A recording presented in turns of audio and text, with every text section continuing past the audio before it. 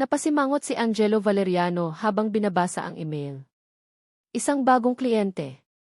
Isa na namang babae na sigurado akong magiging maselan at walang desisyon sa disenyo.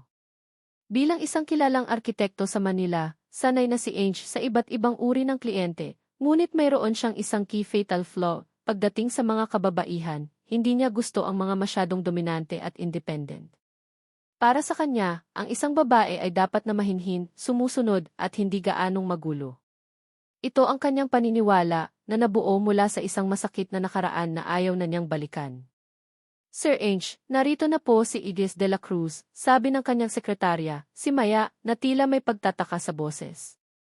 Tumango lang si Ange, kinukuha ang kanyang salamin. Papasukin mo. Pumasok si Captain Sofia de la Cruz at halos napasinghap si Ange. Nakasuot siya ng kumpletong uniforme ng Philippine Navy na may mga ranggo at medalya na kumikinang. Matangkad siya, may matipong pangangatawan at ang kanyang mga mata ay matatalim at may tiwala sa sarili. Hindi ito ang tipo ng babae na nakasanayan ni Ange. Hindi siya mukhang isang kliyente na magsasabing bahala na kayo, Sir Ange, pagkatapos ng isang meeting. Magandang araw po, Jimmy Valeriano, bati ni Sofia, ang boses ay matatag at direkta. Walang bakas ng ngiti, walang anumang bahid ng pagkadainti. Ange de la Cruz, bati ni Ange, tinatago ang kanyang pagkabigla. Upo po kayo. Umupo si Sofia, hindi na nag-aksaya ng panahon. Diretsahan na po tayo, Jimmy Valeriano. Gusto kong magpatayo ng isang bahay sa Batangas. Isang bahay na matibay, praktikal, at may paggalang sa tradisyon. Hindi ko kailangan ng sobra-sobrang palamuti o magarbo na disenyo. Kailangan ko ng isang bahay na kayang tumayo sa anumang bagyo, sa literal at metapora. Napakunot ang noo ni Ange. Isang bahay na kayang tumayo sa anumang bagyo. Ibig sabihin po ba ay stormproof?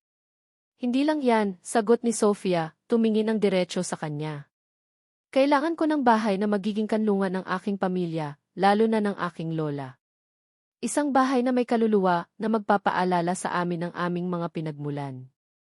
Gusto ko ng malaking balkonahe, mga bintanang malaki para makapasok ang sariwang hangin, at isang kusinang maluwag. At isa pa, kailangan kong makita ang mga blueprint sa loob ng 2 linggo. Nais kong matapos ang proyekto sa loob ng 6 na buwan. Muntik nang matawa si Ange sa loob-loob niya. 2 linggo para sa blueprint. 6 na buwan para sa buong bahay. At ang pagiging direkta niya. Ange de la Cruz, naiintindihan ko po ang inyong mga kagustuhan, ngunit ang arkitektura ay hindi parang pagbili ng kape. Kailangan ng masusing pagpaplano, ng detalyadong pag-aaral ng lugar, at ng sapat na oras upang matiyak ang kalidad. Alam ko, Jimmy Valeriano, putol ni Sofia, hindi man lang kumurap. May karanasan na ako sa mga proyekto na kailangan ng mabilis na aksyon. Hindi ako naghahanap ng shortcut, naghahanap ako ng efficiency. Kung ikaw ang pinakamahusay, gaya ng sabi ng aking mga kakilala, dapat ay kaya mo ito. Naramdaman ni Ange ang pag-init ng kanyang ulo. Ito ang eksaktong uri ng babae na ayaw niya, dominante, kontrolado, at may mataas na expectation na tila imposible. Ang dating kasintahan niya ay ganito rin, isang babaeng sihi na halos sakupin ang kanyang buong pagkatao, hanggang sa iwan siya ng walang paalam. Ang sakit ng nakaraan ay biglang nagbalik at nakita niya si Sofia bilang isang paalala ng kanyang pinakamasakit na karanasan. Ange de la Cruz, sabi ni Ange, ang boses ay kalmado ngunit may pahiwatig ng iritasyon. Sa tingin ko, hindi po tayo magkakasundo. Ang estilo ko sa pagtatrabaho ay mas pinahahalagahan ang pagiging masinop at hindi minamadali. Ang mga huling proyekto ko ay tumatagal ng halos 1 taon bago matapos ang disenyo. Hindi po ako sanay sa ganitong uri ng deadline, at sa tingin ko, hindi po ako ang tamang arkitekto para sa inyo. Tiningnan siya ni Sofia ng matagal na tila sinusuri ang kanyang kaluluwa. Kung ganoon po, Jimmy Valeriano, sabi niya, tumayo na. Salamat sa inyong oras. Akala ko pa naman kaya ng isang sikat na arkitekto tulad ninyo ang hamon. Tumalikod si Sofia at lumabas ng opisina. Napabuntong hininga si Ange. Sa wakas, tapos na ang lahat. Isa na namang kliyente na inakala niyang hindi niya kayang hawakan at ngayon ay tapos na. Maaari na siyang bumalik sa kanyang tahimik at kontroladong buhay. Ngunit bago pa man niya tuluyang maipikit ang mga mata para magpahinga, tumunog ang kanyang telepono. Si Maya. Sir Ange, sabi ni Maya, ang boses ay bahagyang nanginginig. Kakausap ko lang po si Amy Salvador.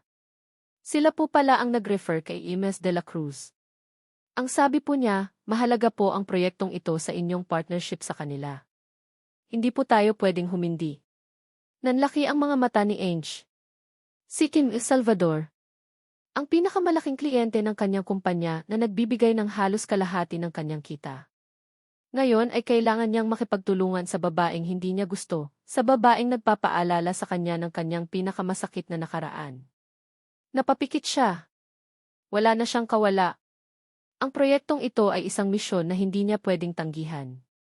Lola, ano po bang gagawin ko sa arkitektong iyon? Reklamo ni Sofia kay Lola Elena habang kinukuskos ang likod ng matanda. Hindi pa rin siya makapaniwala sa pagiging prangka ni Angelo Valeriano. Ayaw na ayaw yata sa akin. Akala mo kung sinong boss kung makasalita. Natawa si Lola Elena. Fia, ganyan talaga ang mga lalaki. May mga pagpapanggap. Kung talagang ayaw niya, hindi siya magpapakaabala na tanggapin ang project mo, di ba? Siguro, nagulat lang sa pagiging direkta mo. Napabuntong hininga si Sofia. Sanay na siyang marinig iyon. Sa buong buhay niya, mula nang maging sundalo, marami ng lalaki ang na-intimidate sa kanya. Marami na rin ang umalis. Pero sa isang sikat na arkitekto tulad ni Valeriano, inakala niyang iba ito. Pero Lola, sinabi niya talagang hindi kami magkakasundo. Parang hindi siya marunong makipagkompromiso. Di turuan mo, sagot ni Lola Elena, sabay kurot sa pisngi ni Sofia. Ang pagmamahal, Fia, hindi lang sa pagbibigay. Nasa pagtuturo rin kung paano ka mamahalin ang tama. Kinabukasan, maaga pa lang ay dumiretso na si Sofia sa bahay ng kanyang tiyo Tonyo, isang matanda at bihasang karpintero na pinagkakatiwalaan niya. Si Mang Tonyo ang pangunahing dahilan kung bakit niya gustong ipatayo ang bahay sa Batangas, kung saan lumaki ang kanyang ina at lola. Tiyo Tonyo, kinakausap ko po si Amy Valeriano, simula ni Sofia. Pero parang ayaw niya po sa akin. Si Engineer Ange. Sabi ko na nga ba, balita ko sikat yan, sabi ni Mang Tonyo, habang nag-aayos ng kanyang mga kagamitan. Bakit naman ayaw? Mayabang ba? Hindi naman po, tiyo. Pero parang hindi po niya gusto ang pagiging direkta ko. Tapos, ang dami niyang dahilan para hindi tanggapin ang proyekto, paliwanag ni Sofia. Nagkibit balikat si Mang Tonyo. Subukan mo lang. Baka naman may dahilan lang siya. Pero kung talagang hindi, marami pa namang iba. Habang nag-uusap sila, may dumating na sasakyan. Isang itim na tsigu ang huminto sa tapat ng bahay ni Mang Tonyo. Lumabas si Angelo Valeriano, nakasuot ng simpleng polo shirt at jeans, pero halata pa rin ang kanyang pagiging sopistikado. Napakunot ang noo ni Sofia. Anong ginagawa niya rito? Magandang umaga, Jimenez de la Cruz, bati ni Ange. Ang kanyang boses ay mas kalmado kaysa sa huling pagkikita nila. Humihingi ako ng paumanhin sa naging asal ko kahapon. Nagkamali ako. Tinatanggap ko ang proyekto. Napakurap si Sofia, gulat na gulat. Walang pagbabago sa kanyang ekspresyon, pero sa loob ay nagtataka siya. Anong nangyari? Napakabilis naman po ng pagbabago ng isip ninyo, G.V. Valeriano, sabi niya, may bahid ng pagdududa sa kanyang tono. Umiti ng bahagya si Ange, isang ngiting hindi umabot sa kanyang mga mata. May mga bagay lang po na kailangan kong ayusin. Ngayon, kung ayos lang sa inyo, gusto kong makita ang lugar kung saan itatayo ang bahay at masimulan na ang pagpaplano. Napatingin si Sofia kay Mang Tonyo na bahagyang tumango. Hindi siya sigurado kung ano ang nangyari, ngunit ang mahalaga ay tinanggap ni Ange ang proyekto. CJ, Valeriano. Tara na po. Nasa sasakyan sila patungo sa Batangas. Tahimik lang si Ange sa pagmamaneho, paminsan-minsan ay sumusulyap kay Sofia. Nararamdaman ni Sofia ang kanyang titig at tila hindi siya komportable. Nagkaroon ng katahimikan sa loob ng sasakyan na tanging tunog ng makina lang ang naririnig. Ano po ba ang ideya ninyo sa isang dream home? Tanong ni Ange, upang basagin ang katahimikan. Napalingon si Sofia. Simple lang. Isang lugar kung saan pwedeng maging ako. Kung saan ligtas ang pamilya ko. Hindi magarbo. Ang mahalaga ay may matibay na pundasyon at maaliwalas. Lumaki ako sa Batangas, Dinis Valeriano, sa simpleng bahay ng lola ko. Kaya gusto kong maibalik ang pakiramdam na iyon, pero mas matibay at mas moderno. Napakunot ang noo ni Ange. Moderno pero may tradisyon. Medyo magkasalungat po yan. Hindi. Maaaring moderno ang istruktura, pero ang pakiramdam ay tradisyonal. Ang mga lumang bagay ay may kaluluwa, Dinis Valeriano. Ang mga bagong gawa, minsan, wala, paliwanag ni Sofia, na may kakaibang lambing sa boses na hindi pa naririnig ni Ange. Nagulat si Ange sa sagot ni Sofia. Hindi niya inasahan ang ganoong lalim mula sa isang babaeng tila napakatigas. Nagsimula siyang mag-isip. Ang mga ideya niya sa kababaihan ay nakakulong sa isang kahon, at si Sofia ay unti-unting lumabas doon. Nang makarating sila sa lupain, agad na sinuri ni Ange ang lugar, kinukuhanan ng litrato at gumagawa ng mga sukat. Si Sofia naman ay naglakad-lakad, tinitingnan ang paligid, at paminsan-minsan ay nagbibigay ng mga puna. Dito po ang gusto kong posisyon ng balkonahe, sabi ni Sofia, itinuturo ang isang bahagi ng lupa. Para kitang kita ang pagsikat at paglubog ng araw. Paborito po yan ni Lola. Habang nagtatrabaho sila, narinig ni Ange ang pagring ng cellphone ni Sofia. Narinig niya ang boses ni Sofia na may bahid ng pag-aalala. Sige po, sir. Gagawin ko po ang lahat. Medyo mabigat po ang gasto sa gamot ni Lola, pero kakayanin po natin ito. Kailangan ko lang po talagang unahin ang mga obligasyon ko. Hindi sinasadya, narinig ni Ange ang usapan. Napahinto siya sa pagkuha ng sukat. Ang tinig ni Sofia ay may bahid ng pagod at pag-aalala, ibang-iba sa matatag niyang boses kanina. Mayroon siyang ganoong klaseng pasanin. Ang babaeng ito na tila hindi nasasaktan ay may tinatagong sakit. Napatingin siya kay Sofia na hindi alam na narinig niya ang usapan. May kakaibang kuryosidad ang namuo sa dibdib ni Ange na gusto niyang malaman kung ano pa ang tinatago ng babaeng ito sa likod ng kanyang uniforme at pagiging matatag. Hindi maalis sa isip ni Angelo ang narinig niya mula kay Sofia. Mabigat ang gasto sa gamot ni Lola, kailangan unahin ang mga obligasyon.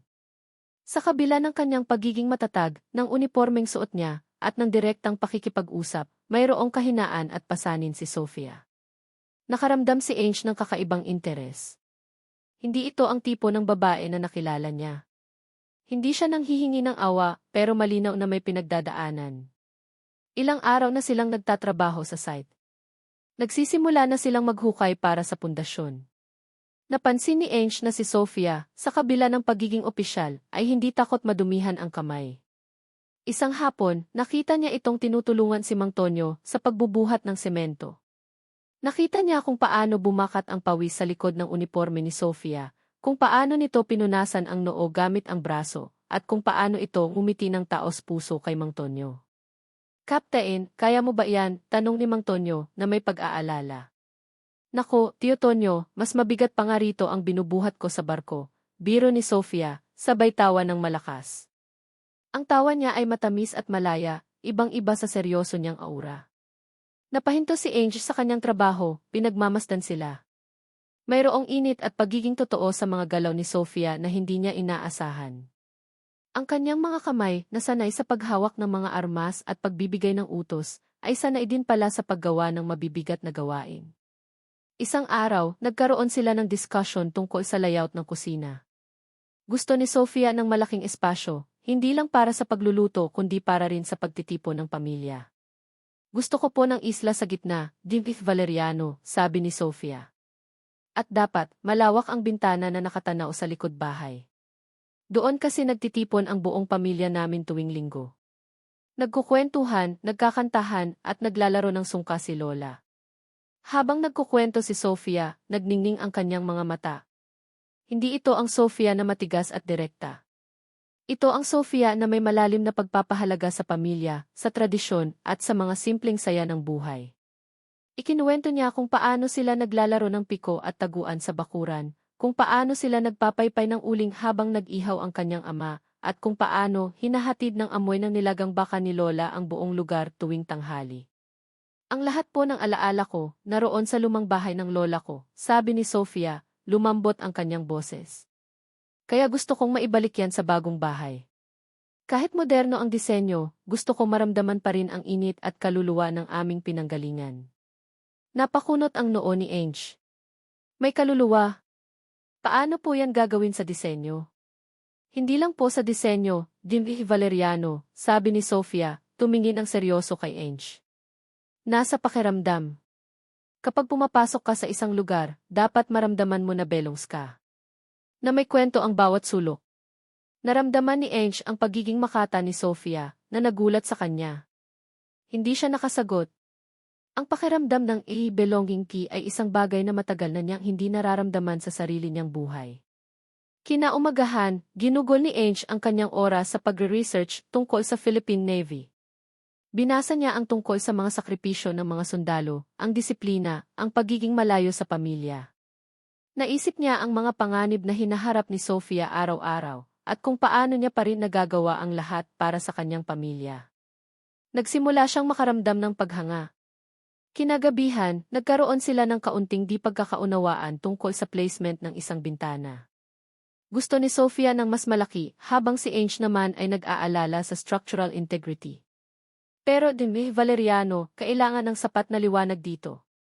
Dito ako magbabasa, at ayokong madilim, sabi ni Sofia, ang kanyang boses ay bahagyang tumataas. Enes de la Cruz, may limitasyon ang bawat istruktura. Hindi natin pwedeng isakripisyo ang seguridad para sa aesthetics, sagot ni Ange, na natiling kalmado. Biglang nanahimik si Sofia. Napayuko siya, at naramdaman ni Ange ang biglang pagbabago ng aura niya. May bahid ng lungkot at pagkadismaya sa kanyang mukha.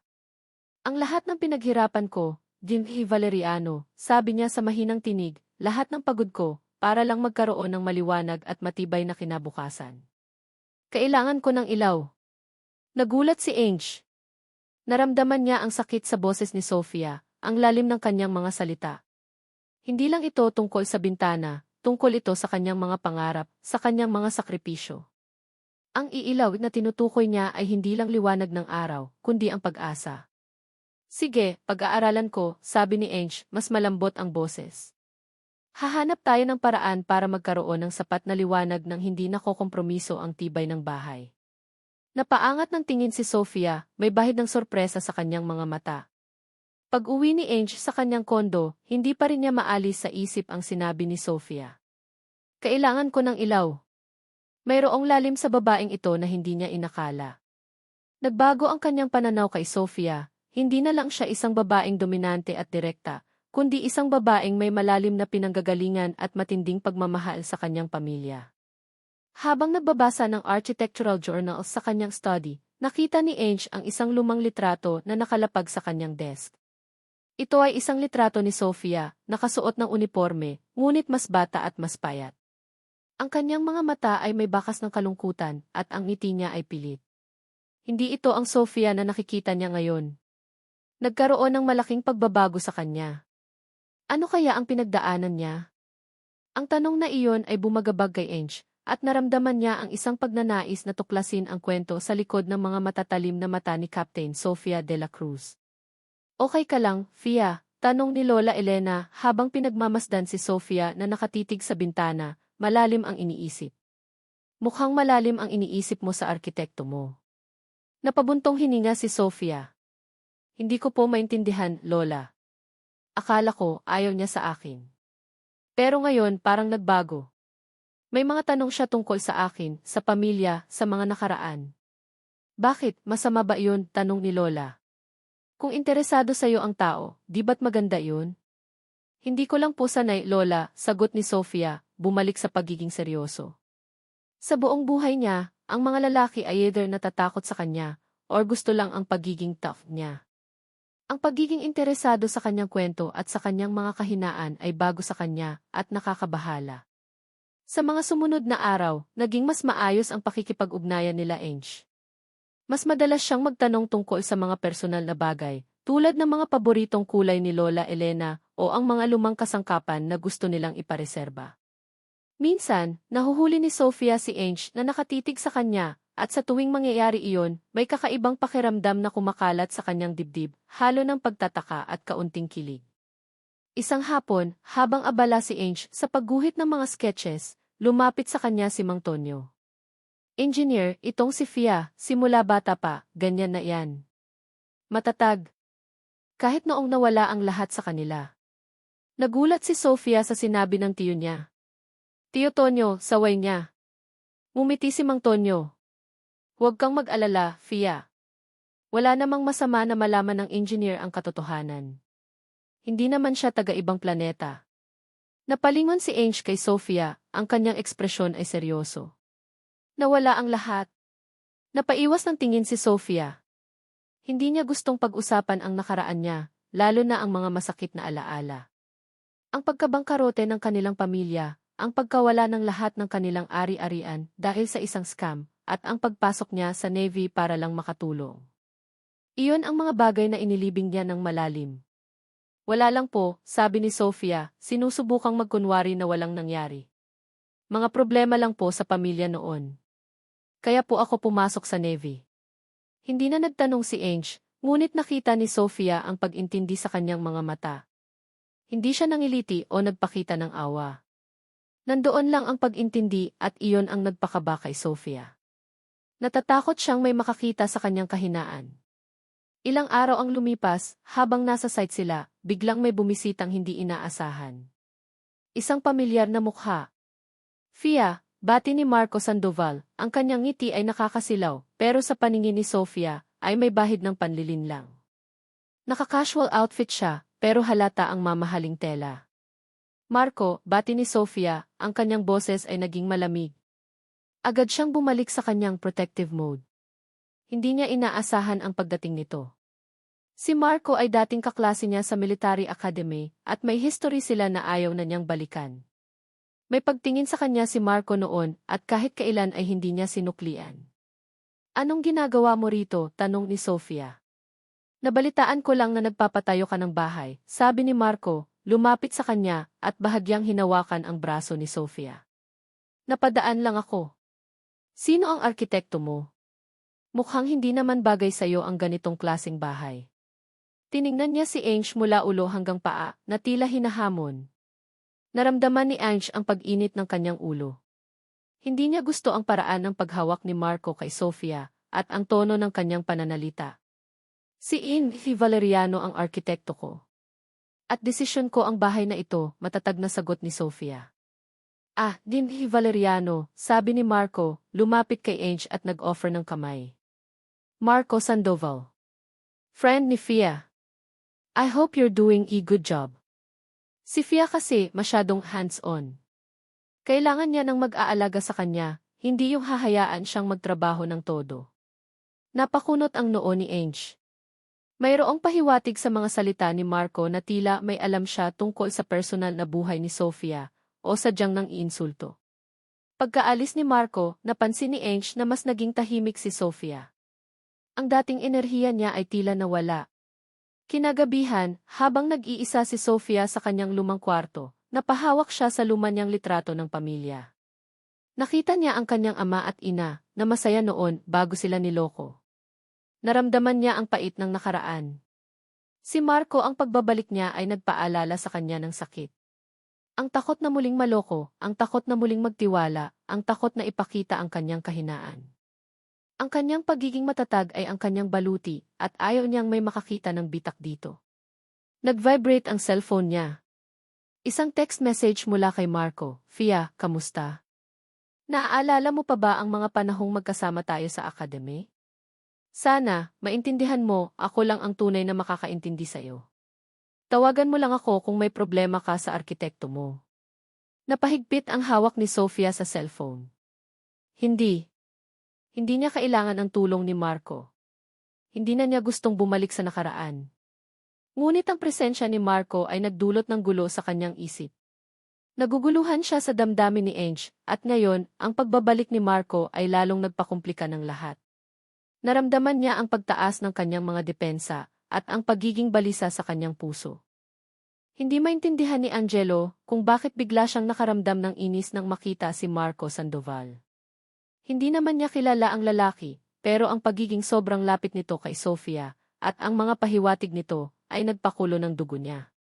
Para siyang isang teritoryo na biglang sinasakop ng iba. Ang mas nakakainis pa, Tila nawala ang sigla ni Sofia matapos umalis si Marco. Sino yang lalaking yan? Kaswal na tanong ni Ange kay Mang Tonyo kinabukasan habang nag-iinspeksyon sila ng mga materyales. Ah, si Marco. Dating ka-eskwela ni Fia sa akademya yan, sagot ni Mang Tonyo. May pagtingin yata noon kay Fia, pero hindi naman pinansin ng apo ko. Pero tingin ko, mayaman ang pamilya niyan. Sila raw ang may-ari ng mga Sandoval properties. Biglang bumilis ang tibok ng puso ni Ange. Sandoval Properties. Familiar ang pangalan. Sinubukan niyang ipagsawalang bahala ang impormasyon, ngunit ang gabi ay dumating ng may bagong kuryosidad. Kinagabihan, habang nagtatrabaho siya sa Blueprints, hindi na napigilan ni Ange ang sarili. Nag-search siya sa internet tungkol sa pamilya Sandoval. At doon, unti-unti nabuo ang isang larawan. Si Sofia, ang pamilya niya at ang kanilang nakaraan.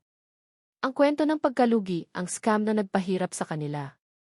Ang pangalan ng kumpanya na sangkot sa scam na iyon ay lumabas. May connection ba ito sa mga Sandoval? Hindi pa malinaw pero may kutob si Ange. Naalala niya ang sinabi ni Mang Tonyo noon na ignawala ang lahat sa kanila. Nagduda si Ange. Kung talagang mayaman si Marco at ganoon kadikit kay Sofia, bakit hindi niya ito tinulungan? O baka si Marco mismo ang dahilan ng problema? Ang mga tanong na ito ay bumagabag kay Ange. Naramdaman niya ang isang matinding pag-aalala para kay Sofia. Kinaumagahan, mas maaga siyang dumating sa site. Nakita niya si Sofia na mag-isang tinitingnan ang lugar kung saan itatayo ang kanilang kusina, ang kanyang mga mata ay malayo at malungkot. Mayroong isang bagay sa kanyang tindig na nagpahapdi sa puso ni Ange. Hindi ito ang matatag na Captain Sofia. Ito ay isang babaeng may pasa na mabigat. Lumapit si Ange kay Sofia, ang kanyang boses ay mas malambot kaysa dati. Okay ka lang, Diaz de la Cruz? Napaangat ng tingin si Sofia, tila nagulat sa presensya niya. Ah, yan, Valeriano. Maaga ka yata. Napadaan lang, sagot ni Ange. May problema ba? Mukha kang malungkot. Napabuntong hininga si Sofia. Wala naman. Naalala ko lang ang bahay namin noon. Marami kasing alaala dito. Lahat ng tawa at iyakan ng pamilya. Hindi niya nabanggit ang sakit ng pagkawala ng lahat, ngunit ang pahiwatig ay malinaw. Naramdaman ni Ange ang isang malaking pag-unawa. Hindi lang ito tungkol sa pagtatayo ng bahay para kay Sofia. Ito ay pagtatayo ng isang panibagong simula, isang muling pag-asa, para sa pamilya na minsan nang nawalan ng lahat.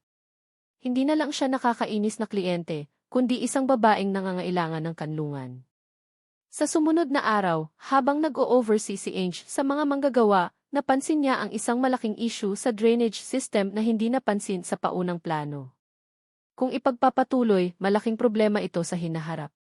Alam niyang kakailanganin nito ng karagdagang gastos at oras, at maaaring magalit si Sofia dahil sa deadline niya. Ngunit alam din niya na kailangan itong ayusin. Sa halip na sabihin agad kay Sofia, kinonsulta muna ni Ange si Mang Tonyo. Mang Tonyo, nakita ko to, malaking problema to sa bandang huli. Gusto ko sanang ayusin agad kahit dagdag gastos. Engineer, alam kong mahalaga sa'yo ang kalidad, sabi ni Mang Tonyo.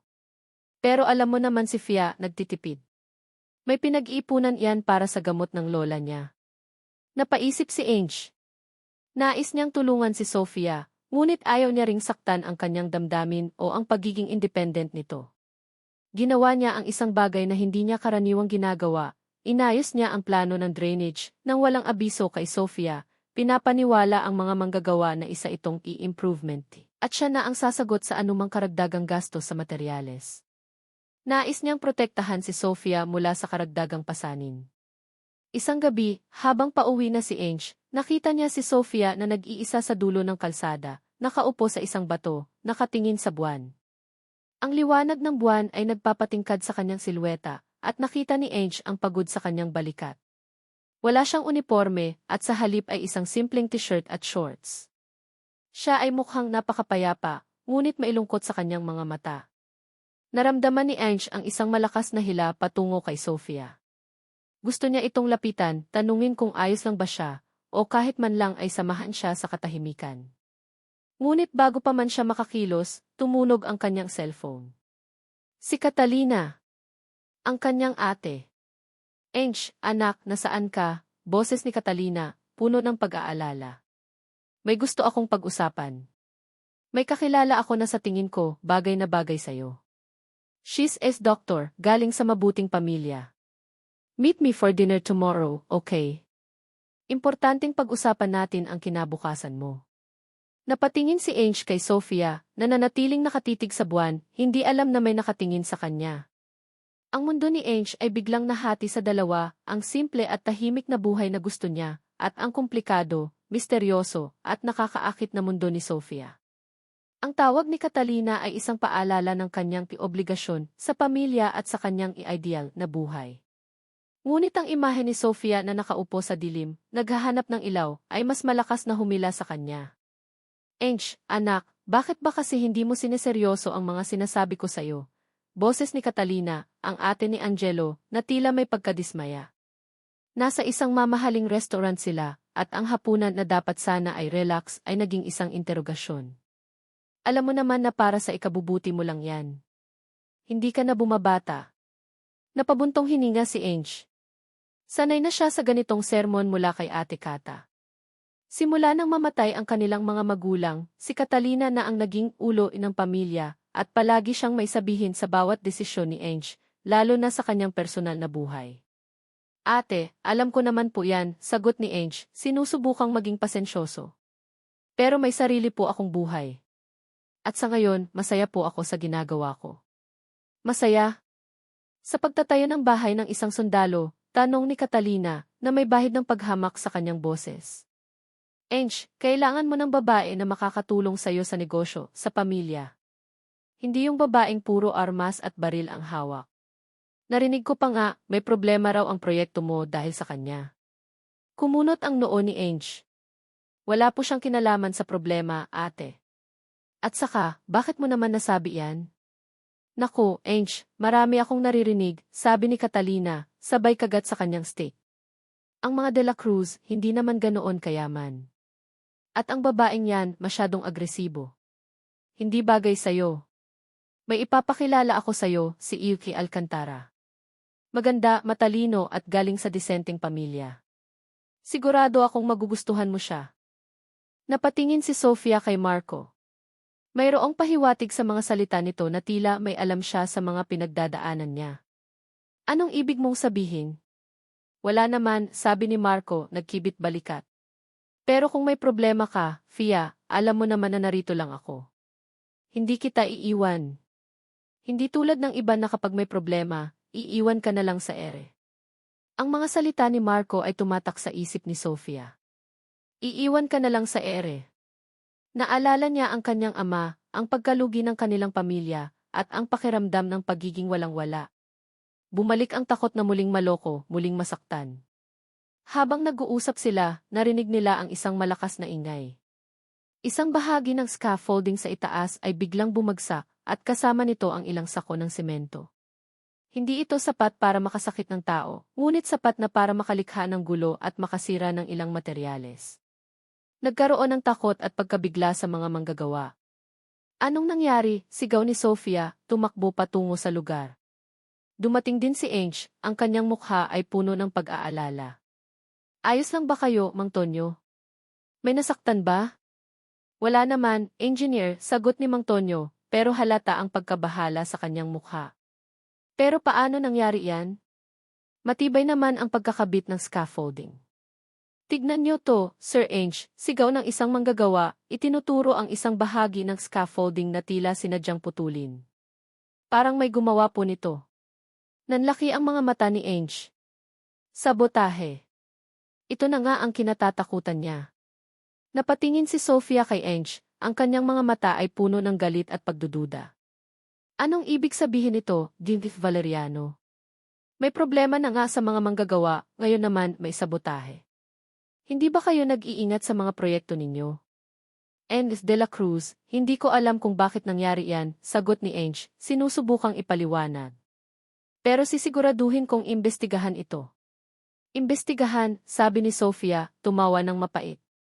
Habang nag-imbestiga kayo, naubos ang oras ko at ang pera ko. Ang sabi ninyo kayo ang pinakamahusay. Pero bakit puro problema ang nangyayari simula nang kayo ang humawak sa proyekto? Naramdaman ni Ange ang isang matinding kirot sa kanyang dibdib. Ang mga salita ni Sofia ay parang kutsilyo na tumusok sa kanya. Alam niyang may kinalaman si Catalina dito at marahil si Marco. Ngunit hindi niya masabi kay Sofia ang lahat. Sofia, pakinggan mo ako, sabi ni Ange, sinusubukang hawakan ang kanyang braso. Ngunit umiwas si Sofia. Huwag mo akong hawakan, Jimmy Valeriano. Hindi ko maintindihan kung ano ang gusto mo. Isang araw, interesado ka sa akin. Tapos may ipapakilala ka sa pamilya mo na ibang babae. Tapos ngayon may sabotahe sa proyekto ko. Hindi ko na alam kung sino ang dapat kong paniwalaan. Hindi ganoon yan, Sofia, sabi ni Ange, ang kanyang boses ay puno ng pagmamakaawa. Hindi ganoon. Kung ganoon, sabihin mo sa akin, Jimmy Valeriano. Sabihin mo sa akin kung bakit nangyayari ang lahat ng ito. Bakit parang sinasadya ang lahat para pahirapan ako? Sigaw ni Sofia, ang kanyang mga mata ay nagluluha. Hindi niya gustong umiyak, ngunit ang sakit at pagkabigo ay masyadong mabigat. Napakagatlabi si Ange. Hindi niya masabi ang tungkol kay Catalina, ang tungkol sa kanyang sariling nakaraan na nagdulot ng takot sa kanya. Sa ngayon, Jimmy Valeriano, ititigil ko muna ang proyekto, matatag na sabi ni Sofia, kahit na nanginginig ang kanyang boses. Hindi ko kayang magpatuloy kung ganito ang nangyayari. Kailangan ko ng oras para mag-isip. At sa tingin ko, kailangan mo rin. Tumalikod si Sofia, at lumakad palayo, iniwan si Ange na nakatayo sa gitna ng gulo, ang kanyang puso ay parang dinuduro. Nakita niya ang pagod at sakit sa mga mata ni Sofia, at alam niyang siya ang dahilan ng lahat ng iyon. Ang kanyang mga dizikin, ang kanyang kahinaan, ang kanyang pagiging duwag na harapin ang kanyang ate, lahat ng iyon ay nagdulot ng sakit sa babaeng unti-unti niyang minamahal. Ang lahat ay tila nawala. Ang proyekto, ang tiwala ni Sofia, at ang pag-asa na magkaroon sila ng isang kinabukasan. Napakuyom ang kamao ni Angelo habang nakatitig sa bakanteng construction site. Ang mga salita ni Sofia ay paulit-ulit na umaalinggaw sa kanyang isip. Hindi ko na alam kung sino ang dapat kong paniwalaan, bakit puro problema ang nangyayari simula nang kayo ang humawak sa proyekto. Ramdam niya ang pait. Alam niya sa kaibuturan ng kanyang puso na hindi kasalanan ni Sofia ang nangyari at mas lalong hindi niya kasalanan ang nangyari. Mayroon siyang dapat panagutan at iyon ay ang kanyang sariling kahinaan na harapin ang mga taong gumugulo sa kanyang buhay. Engineer Ange, sabi ni Mang Tonyo na lumapit sa kanya. Huwag kang mag-alala. Alam kong may kinalaman si Marco sa nangyari. Napatingin si Ange kay Mang Tonyo. Ano po ang ibig ninyong sabihin? Kaninang umaga, nakita ko si Marco nakausap ang mga manggagawa, lalo na si Mang Berto. Hindi ko alam kung ano ang pinag-usapan nila, pero mukhang hindi maganda, paliwanag ni Mang Tonyo. At saka, napansin ko ang isang nakakabit na wire sa scaffolding na tila sinadyang putulin. Hindi ito simpleng aksidente, engineer. Kumukulo ang dugo ni Ange. Si Marco nga. At malamang may kinalaman din si Catalina. Mang Tonyo, kailangan kong malaman ang lahat, matatag na sabi ni Ange. Lahat ng tungkol kay Sofia, sa nakaraan niya, at kung paano siya nakakonekta sa pamilya Sandoval. Napabuntong hininga si Mang Tonyo. Mabigat ang pinagdaanan ni Fia, engineer. Bata pa lang siya, masayahin at walang iniisip. Pero nagbago ang lahat ng malugi ang negosyo ng tatay niya. Naloko sila ng isang malaking kumpanya, na wala ang lahat ng ari-arian nila. Halos walang-wala sila noon. Nakinig si Ange ng mabuti, bawat salita ni Mang Tonyo ay tumatago sa kanyang puso. Ang pangalan ng kumpanya na nanloko sa kanila, patuloy ni Mang Tonyo, ay Sandoval Holdings. Ang may-ari niyan, si Amy Ricardo Sandoval. Siya ang tatay ni Marco. Para siyang binagsakan ng langit at lupa. Naramdaman ni Ange ang bigat ng impormasyon. Si Marco, ang lalaking nanliligaw kay Sofia, ay anak ng taong sumira sa pamilya nito. Ito ang dahilan kung bakit matatag si Sofia, kung bakit siya nagbabakod sa kanyang sarili. Ang kanyang pagiging sundalo, ang kanyang pagiging praktikal, ang kanyang pagiging independyente, lahat ay produkto ng matinding sakit at pagkawala. Biglang bumalik sa isip ni Ange ang sarili niyang nakaraan, ang babaeng si na nanloko sa kanya. Ang sakit, ang takot na muling magtiwala, ang pagnanais na kontrolin ang lahat para hindi na muling masaktan. Nakita niya ang kanyang sarili kay Sofia, ngunit mas matindi ang pinagdaanan ng dalaga. Si Sofia ay bumangon mula sa abo, samantalang siya ay nagtatago pa rin sa likod ng kanyang mga pader. Napaupo si Ange sa isang lumang kahoy na naroon sa site. Naramdaman niya ang matinding pagsisisi. Ang kanyang mga dizikin, ang kanyang takot, ang kanyang kawalan ng tiwala, ang lahat ng iyon ay nagdulot ng sakit kay Sofia. Hindi niya pinaniwalaan ang babaeng unti-unti nang nagpapaunawa sa kanya kung ano ang tunay na pagmamahal. Mang Tonyo, kailangan kong kausapin si Sofia, sabi ni Ange, ang kanyang boses ay nanginginig. Kailangan kong ipaliwanag ang lahat. Kailangan kong humingi ng tawad. Hindi mo na siya makakausap, engineer, sabi ni Mang Tonyo na may malungkot na boses. Tumawag ang kanyang commanding officer kanina. Naatasan siya sa isang special mission. Walang contact sa kanya. Hindi siya pwedeng makipag-ugnayan sa labas. Nanlaki ang mga mata ni Ange. Isang special mission. Hindi siya pwedeng kontakin. Kailan siya babalik? Tanong ni Ange, ang kanyang puso ay kumalabog. Nagkibit balikat si Mang Tonyo. Hindi sigurado, engineer. Minsan, inaabot ng ilang linggo. Minsan, buwan. Minsan, hindi na bumabalik. Ang huling mga salita ni Mang Tonyo ay tumago sa buto ni Ange. Hindi na bumabalik. Ang takot na iyon ay bumalot sa kanya. Kung sakaling may mangyari kay Sofia habang nasa mission siya, at hindi niya man lang nasabi ang lahat ng gusto niyang sabihin, hindi niya mapapatawad ang kanyang sarili. Ang pagiging duwag niya ang magiging sanhi ng kanyang matinding pagsisisi. Tiningnan ni Ange ang nasirang scaffolding, ang walang buhay na construction site. Ito ang resulta ng kanyang mga kahinaan, ng kanyang pag-aatubili. Naisip niya ang matatag na si Sofia, na ngayon ay nasa isang mapanganib na misyon, mag-isa, at dala-dala ang bigat ng nakaraan at ang sakit na idinulot niya.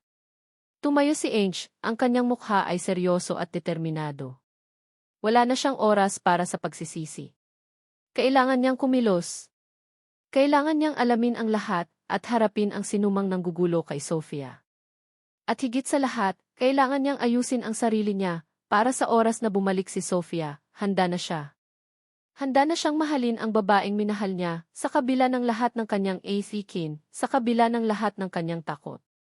Mang Tonyo, matatag na sabi ni Ange. Kailangan kong gumawa ng mga hakbang. Kailangan kong imbestigahan ang lahat ng nangyari sa site. At kailangan kong harapin ang kapatid ko. Hindi ko hahayaan na masira ang lahat. Ang lamig ng hangin ay bumalot kay Sofia habang nakatanaw siya sa karagatan mula sa deck ng barko. Ang ingay ng alon at ang malakas na ihip ng hangin ay nagbigay ng kaunting aliw sa magulong isip niya. Ang mga salita ni Angelo, ang mga pagdududa, ang galit ni Catalina, at ang nakakainis na presensya ni Marco, lahat ay nagsasama-sama sa kanyang isip. Bakit tila ang mundo ay pinagkakaisahan siyang pahirapan? Captain de la Cruz, narito na po ang inyong ulat, sabi ng kanyang subordinate, inabot ang isang folder. Tinanguan niya ito at kinuha ang folder, sinubukang ituon ang kanyang isip sa trabaho.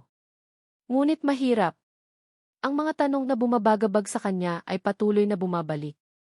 May kasal na ba siya? Naniwala ba talaga siya sa mga sinabi ni Ate Keta? Ang masakit pa, alam niyang hindi niya kayang pigilan ang sarili niya sa pag-iisip kay Ange. Ang mga sandali ng pagiging malapit nila, ang pagiging totoo niya nang magkwento siya tungkol sa kanyang lola, ang paraan ng pagtingin niya sa kanya, lahat ay nagbigay ng kakaibang init sa kanyang puso. Narinig niya ang boses ni Marco sa kanyang isip, ako lang ang tunay na makakaintindi sa iyo. Sa totoo lang, naiintindihan ni Marco ang kanyang pagiging matatag, ang kanyang pagnanais na maging malakas.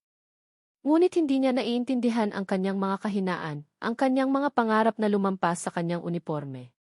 At ang pinakaimportanteng bahagi ng pagkatao niya, ang takot na maloko ulit, ay dahil sa pamilya ni Marco.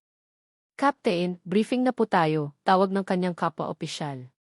Pumasok si Sofia sa silid ng briefing, ang kanyang mukha ay seryoso, ibinalik ang kanyang i-game face.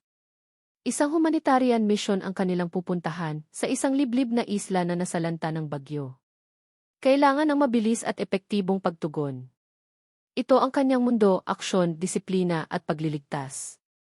Dito siya malakas. Nakarating sila sa isla. Ang tanawin ay nakapanlulumo. Wasak ang mga bahay, gutom ang mga tao, at nangangailangan ng agarang tulong. Walang oras para sa personal na problema.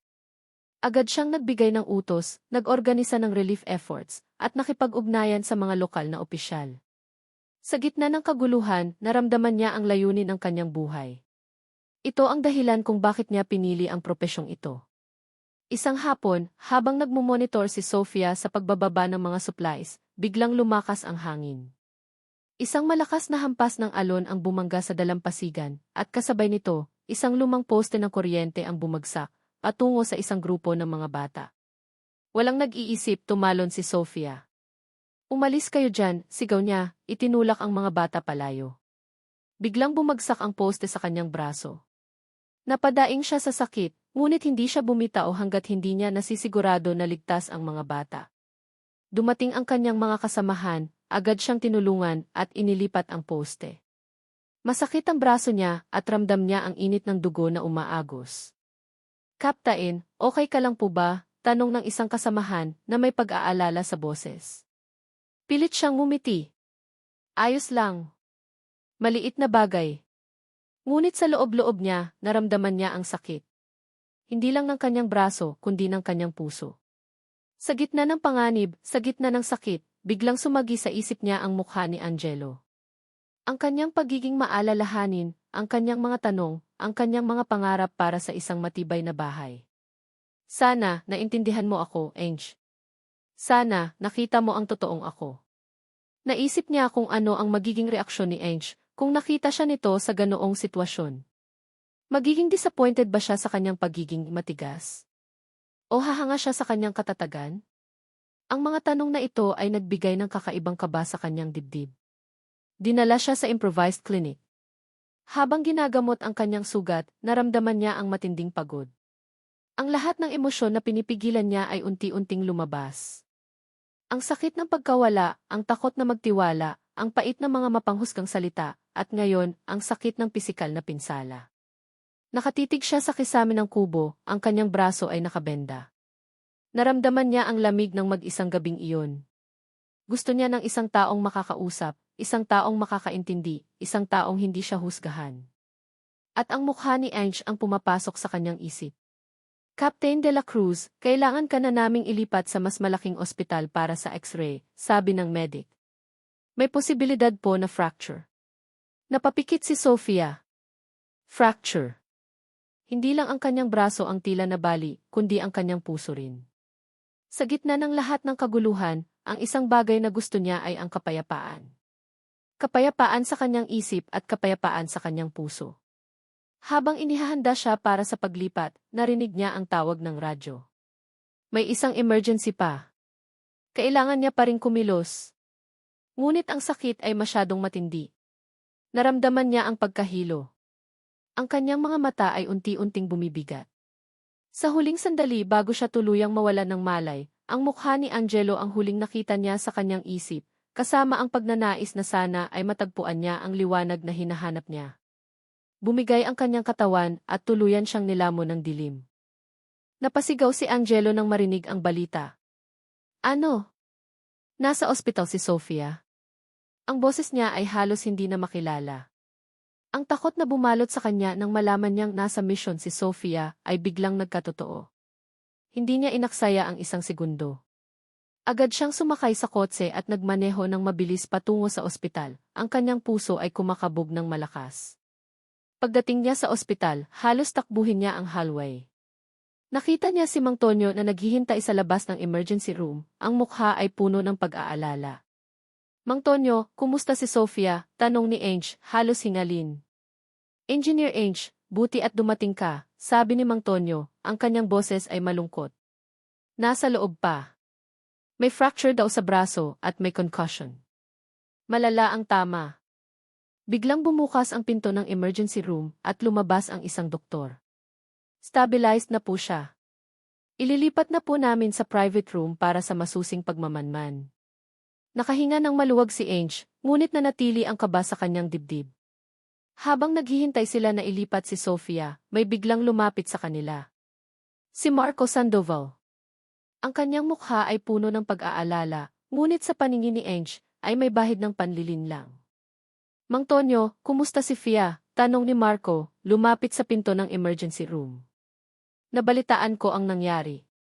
Sobrang nag-alala ako. Naramdaman ni Ange ang pag-init ng kanyang ulo. Hindi na niya kayang magkunwari. Anong ginagawa mo rito, Marco? Matalim na tanong ni Ange, humarang sa daan ni Marco. Nandito ako para kay Fia, sagot ni Marco, taas kilay. At sino ka ba para tanungin ako? Ako ang arkitekto niya, at ang taong may alam sa lahat ng ginawa mo, matatag na sabi ni Ange.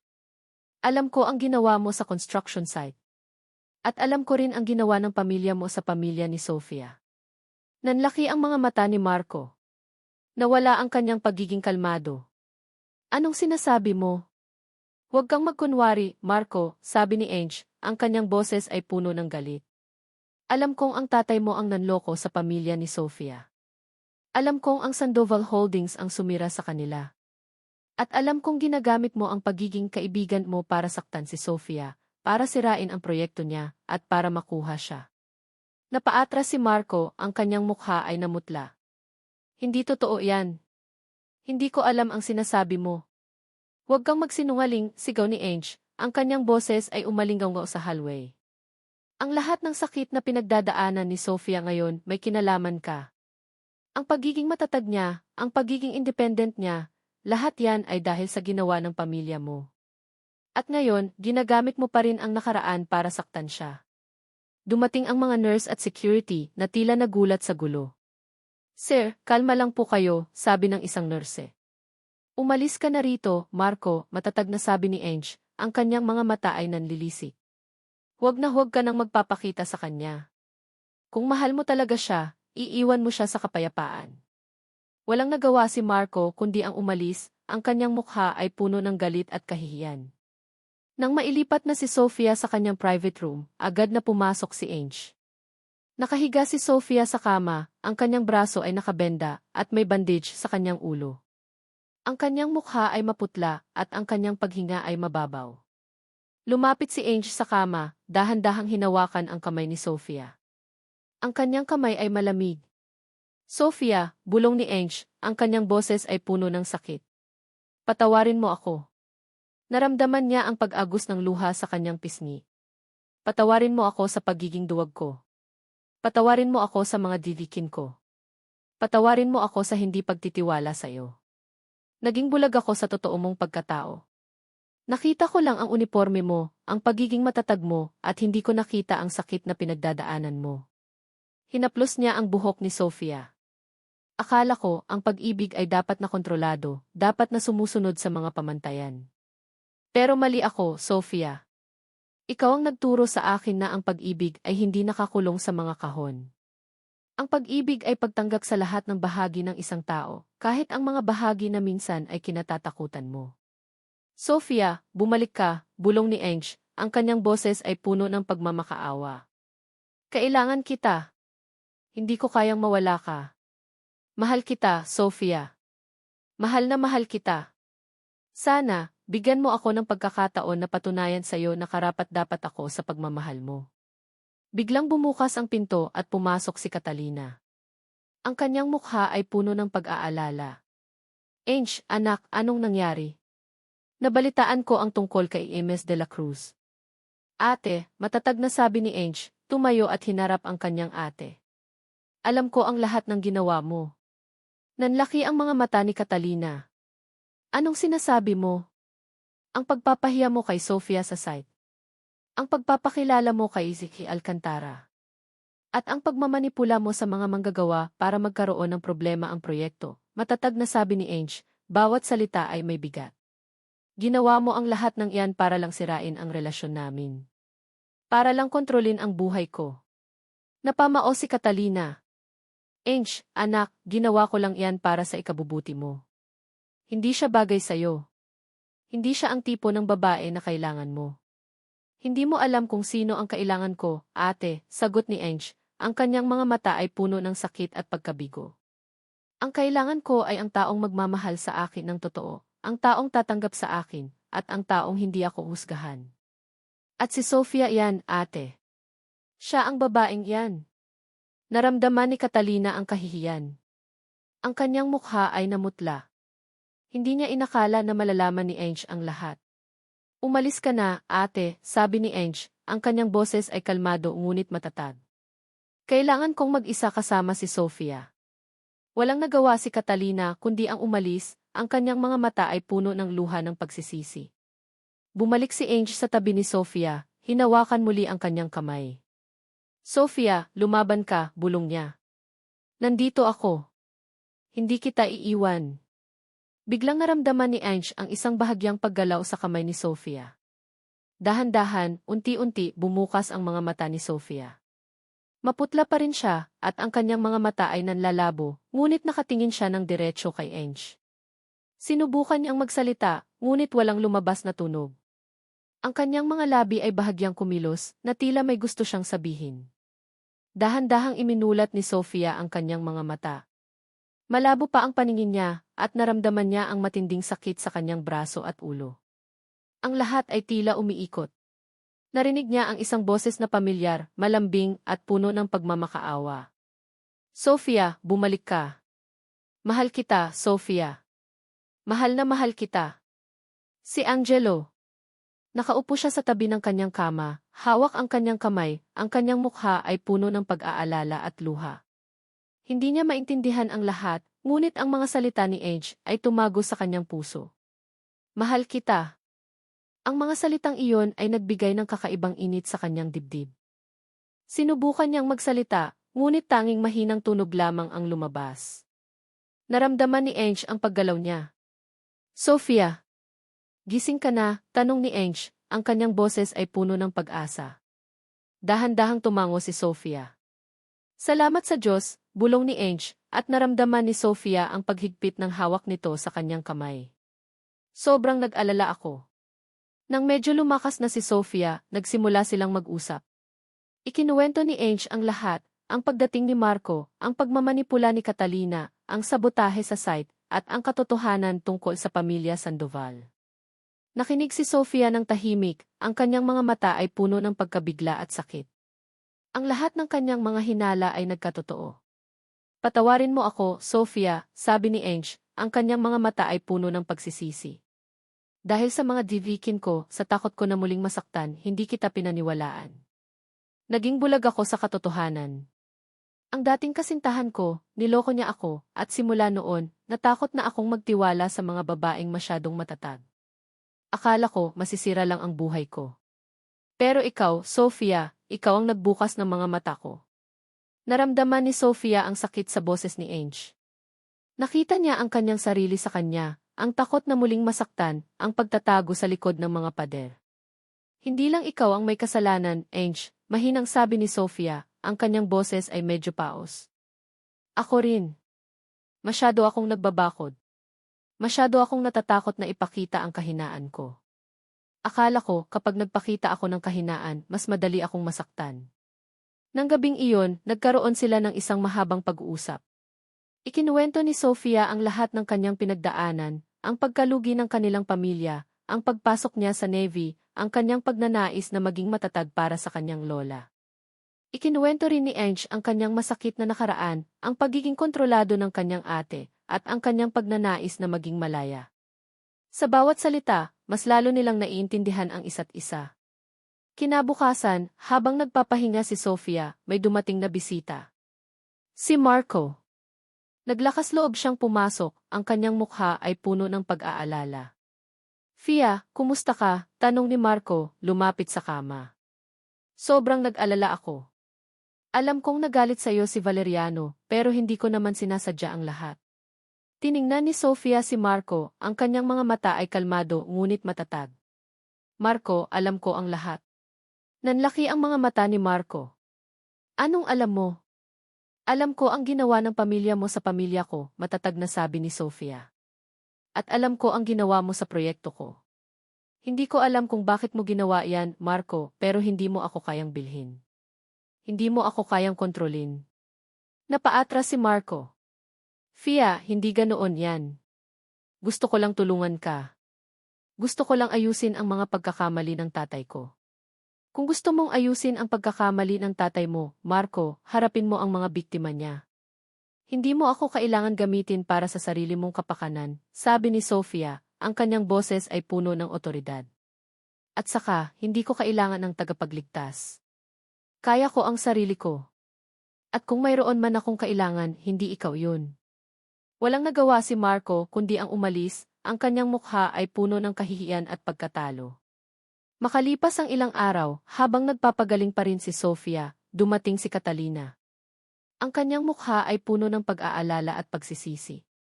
Sofia, anak, kumusta ka? Sabi ni Catalina, ang kanyang boses ay nanginginig. Patawarin mo ako sa lahat ng ginawa ko. Nagkamali ako. Naging bulag ako sa pagmamahal ko sa kapatid ko. Tiningnan ni Sofia si Catalina. Nakita niya ang tunay na pagsisisi sa mga mata nito. Ate Kata, naiintindihan ko po. Alam kong mahal niyo si Ange. Pero hindi po tama ang ginawa niyo. Ang pagmamahal hindi po dapat kontrolado. Dapat po ay malaya. Alam ko, Sofia, sabi ni Catalina, tumulo ang luha sa kanyang pisngi. Patawarin mo ako.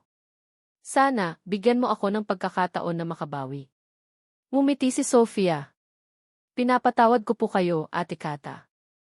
Pero kailangan nating magkaroon ng mga limitasyon. Ang relasyon namin ni Ange, sa amin lang po iyon. At sana, respetuhin niyo po iyon. Tumango si Catalina, at sa unang pagkakataon, naramdaman ni Sofia ang tunay na kapayapaan sa pagitan nila. Nang makalabas na si Sofia sa ospital, ang una niyang ginawa ay pumunta sa construction site kasama si Ange. Ang lugar ay tahimik, ang mga materyales ay nakatumpok, at ang scaffolding ay nananatiling wasak. Anong gagawin natin dito, Ange? Tanong ni Sofia, ang kanyang boses ay puno ng pag-asa. Hinawakan ni Ange ang kamay ni Sofia. Itutuloy natin, Sofia. Itutuloy natin ang bahay na ito. Hindi lang ito bahay, Sofia. Ito ang simbolo ng pagmamahalan natin. Ng pagtitiwala natin sa isa't isa. At ng pagbangon natin mula sa lahat ng sakit. Ngumiti si Sofia, ang kanyang mga mata ay nagningning. Tama ka. Itutuloy natin. Nagsimula silang magplano muli, mas masinop, mas maingat. Ang bawat detalye ay pinag-uusapan, bawat sulok ay pinag-iisipan. Hindi na ito isang proyekto lang. Ito ay isang paglalakbay. Habang nagtatrabaho sila, napansin ni Sofia na may isang maliit na detalye pa rin na tila kulang sa disenyo ng bahay. Isang maliit na espasyo sa likod ng bahay na tila walang silbi. Tiningnan niya si Ange na nakangiti sa kanya. Anong kulang, Ange? Tanong ni Sofia. Ngumiti si Ange, ang kanyang mga mata ay puno ng pagmamahal. Hindi ko pa alam, Sofia. Pero sigurado ako, darating din tayo dyan. Ang mahalaga, magkasama tayo sa pagbuo nito. Ang bahay ay unti-unting nabubuo, isang matibay at magandang istruktura na sumasalamin sa kanilang pagmamahalan. Ngunit ang maliit na espasyo sa likod ng bahay ay nanatiling blanko, isang paalala na ang kanilang kwento ay patuloy na isinusulat at ang bawat araw ay isang bagong pahina na puno ng pag-asa at pagmamahalan. Ang araw ay sumisikat, nagbibigay ng ginintuang liwanag sa bagong tayong bahay sa Batangas. Ang bawat sulok nito ay sumasalamin sa pagmamahalan at pagtitiwala na pinagsamahan ni na Angelo at Sofia. Ang malaking balkonahe, ang malawak na bintana, ang kusinang puno ng alaala, lahat ay perpekto. Hindi na ito isang simpleng proyekto, ito ang kanilang kanlungan, ang kanilang simula. Ngayon ang araw ng pagbabasbas ng bahay. Simple lang ang seremonya, ngunit puno ng pagmamahalan. Naroon si Lola Elena, Mang Tonyo, at ilang malalapit na kaibigan. Nakita ni Ange si Sofia, nakasuot ng simpleng puting damit, ang kanyang mga mata ay nagliliwanag. Hindi na siya ang babaeng puno ng pader at pagdududa. Siya na ang Sofia na buo, malakas, at handang magmahal. Ange, salamat, bulong ni Sofia, habang magkatabi sila sa harap ng altar. Salamat sa hindi pagsuko. Ngumiti si Ange, hinawakan ang kamay niya. Ikaw ang nagturo sa akin na lumaban, Sofia. Ikaw ang nagturo sa akin na magmahal ng walang takot. Matapos ang seremonya, nagtipon sila sa maluwag na kusina. Ang halakhakan at kwentuhan ay pumuno sa bahay. Nakita ni Ange si Sofia na masayang nakikipag-usap kay Lola Elena, habang si Mang Tonyo naman ay abala sa pag-ihaw sa likod bahay. Ang pangarap ni Sofia na magkaroon ng isang bahay na puno ng kaluluwa ay nagkatotoo. Sa mga sumunod na buwan, naging masaya ang buhay ni Ange at Sofia sa kanilang bagong tahanan. Natutunan ni Ange na ang pagmamahal ay hindi tungkol sa pagkontrol, kundi sa pagbibigay ng kalayaan. Nakita niya kung paano naging mas masaya si Sofia sa kanyang propesyon bilang sundalo at hindi niya kailanman sinubukan na baguhin ito. Sa halip, sinuportahan niya ito, ipinagmalaki ang bawat tagumpay nito. Si Sofia naman, natutunan niyang ibaba ang kanyang mga depensa. Naramdaman niya ang seguridad sa pagmamahal ni Ange, at unti-unti niyang ipinakita ang kanyang mga kahinaan, ang kanyang mga takot, at ang kanyang mga pangarap. Hindi na siya natatakot na maging vulnerable dahil alam niyang naroon si Ange para saluhin siya. Isang gabi, habang nakaupo sila sa balkonahe, nakatanaw sa mga bituin, hinawakan ni Ange ang kamay ni Sofia. Naaalala mo pa ba noong una tayong nagkita, Sofia? Tanong ni Ange, na may ngiti. Akala ko, ikaw ang babaeng hindi ko kailanman magugustuhan. Natawa si Sofia. At ako naman, akala ko, ikaw ang arkitekto na sobrang mayabang at walang pakialam. Pero tingnan mo tayo ngayon, sabi ni Ange, hinaplos ang pisngi ni Sofia. Ang pag-ibig, hindi pala nakikita sa kung ano ang gusto mo, kundi sa kung ano ang kailangan mo. Kailangan ko ang lakas mo, ang katatagan mo, at ang pagmamahal mo. At ikaw, kailangan mo ang pagtitiwala ko, ang pag-unawa ko, at ang pagmamahal ko. Salamat, Ange, bulong ni Sofia, ang kanyang mga mata ay puno ng pagmamahal. Salamat sa pagtuturo sa akin na okay lang na maging malakas at vulnerable sa iisang pagkakataon. Ang maliit na blankong espasyo sa likod ng bahay na dating pinag-uusapan nila ay hindi na blanko. Ngayon, naroon ang isang maliit na hardin, puno ng mga halaman at bulaklak na inaalagaan ni Sofia. At sa isang sulok, mayroong isang maliit na duyan. Isang taon matapos ang kanilang kasal, nagkaroon ng bagong miyembro ang kanilang pamilya. Isang maliit na batang lalaki na pinangalanan nilang Gabriel, na nagbigay ng mas malaking liwanag at kaligayahan sa kanilang tahanan. Ang bahay na itinayo nila ay hindi lang isang istruktura, ito ay isang buhay, puno ng pagmamahalan, pagtawa at pag-asa. Isang hapon, habang si Ange at Sofia ay nakaupo sa balkonahe, pinagmamasdan ang kanilang anak na masayang naglalaro sa hardin, hinawakan ni Ange ang kamay ni Sofia. Ang kanilang mga mata ay nagtagpo, puno ng pagmamahal at pag-unawa. Ang pag-ibig ay dumating sa kanila nang hindi inaasahan, sa mga panahong hindi nila inaasahan, at binago nito ang kanilang mga pananaw. Natutunan nilang ang tunay na pagmamahal ay hindi naghahanap ng perpekto, kundi nagtatatag ng perpekto sa gitna ng mga hindi inaasahang pagkakataon. Ang kanilang kwento ay isang patunay na ang pag-ibig ay kayang lumampas sa lahat ng ithikin, at ang pinakamalakas na pundasyon ng isang relasyon ay ang pagtitiwala at pagtanggap sa bawat isa, ng buong puso. At dito nagtatapos ang kwento ni na Angelo at Sofia, isang paglalakbay na puno ng pagsubok, pagtuklas, at pagmamahal. Sa lahat ng nagbasa at nakinig, mula sa kaibuturan ng aking puso, isang taos-pusong pasasalamat ang aking ipinaabot sa inyo. Salamat sa inyong walang sawang pagsuporta at pagmamahal. Ang kwentong ito ay nagsimula sa isang maliit na ideya, isang pagnanais na ibahagi ang isang paglalakbay patungo sa pag-ibig na lumalampas sa mga paghusga. Sa bawat salita, sa bawat kabanata, naramdaman ko ang koneksyon sa bawat isa sa inyo. May mga pagkakataon na nahirapan akong isulat ang bawat eksena, may mga pagkakataon na tila ba ang mga karakter mismo ang nagdidikta ng kanilang kapalaran.